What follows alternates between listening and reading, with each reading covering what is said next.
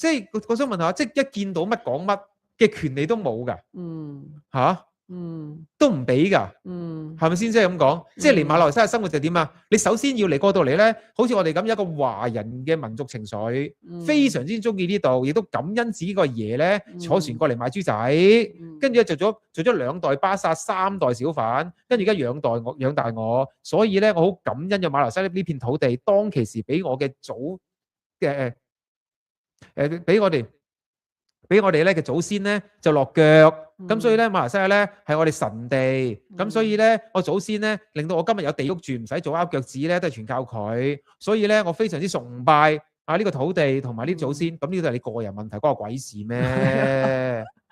嚇，係你個人問題啊，係咪？關我咩事咧？請問？因為咧佢知道一講呢啲嘅時候咧，就好多人咧好容易俾人煽動到，因為好多人有呢種民族情緒㗎嘛呢度，所以佢咪咁樣講咯。哇！真係好搞笑。我想問下一個外國人過嚟呢度。我阿爺嘅阿爺冇特登過嚟做賣豬仔，同埋喺度做魚蛋粉，或者係做咩蝦麵養大我㗎。我做乜要有呢種民族情緒咧？我請問你，你哋搞咩笑咧？我想問下你，你強之於你嘅民族情緒落我身上做咩咧？無端端佢要我哋態度好，要我哋咧有禮貌。喂，我依家都返小學啊，過嚟。但係你有冇諗過，你哋一班人過嚟鬧我嘅時候，你哋有冇禮貌？因為係你唔禮貌先嘛，所以我少你係應該的。